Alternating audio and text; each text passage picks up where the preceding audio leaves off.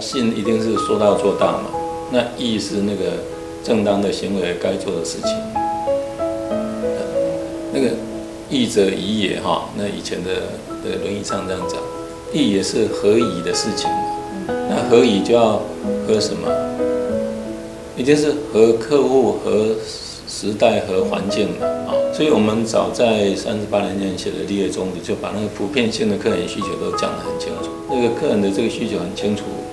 普遍性的一定交易安全，好，那你一定要做到完全保障。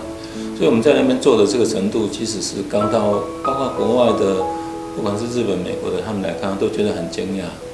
啊，因为在国外哈，在美国你要做其他的保障哈，那你都要另外去买方，另外去买这些保障的服务。可是我们那些都是我们自己去承担的，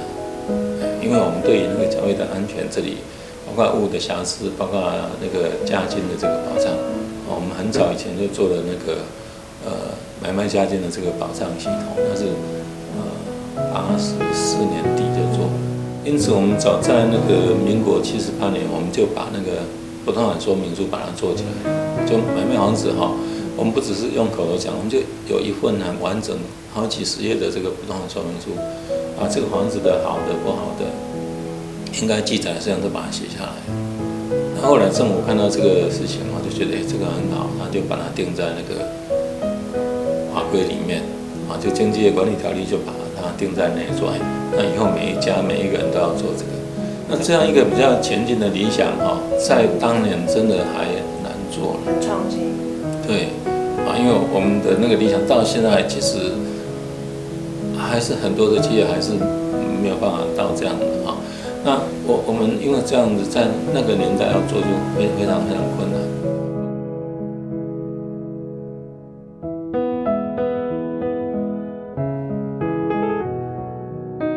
就当然我太太是从年轻的时候就很支持，经常召集我们到了月底要花，到5号要花薪水的时候呢，没有钱，公司亏损呢，就拿他的首饰典当什么这些，这很长的时间都是他在实质上，在那个工作上在家庭照顾上都做很多的这个支持。可是我们79年市场反转，股市跌了1万点，市场反转以后，那买方他就会很在意说哪一家他能够确实是保障他的交易的安全，能够很透明的、很诚实的去把他该知道的东西都告诉他。所以那个时候买方就特别想找我们。所以79年股市跌了1万点，房地产大跌，交易量大跌，价格也大跌，那是我们公司就大幅成长因为别家很多人就退出市场，没有退出的都是营运都下滑。如果我们一直都跟我们同事讲就是说年轻人要朝抵抗力大的路走那这个话你如果看其他的那个事业有成的人，其实也几乎都是这样，他们都习惯于把那种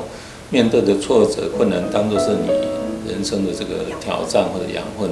那也只有经过这样，你才会觉得如果没有去克服那些，其实我们走顺境谁都会嘛，你走逆境你可能就会练就你的这个能力，练就你的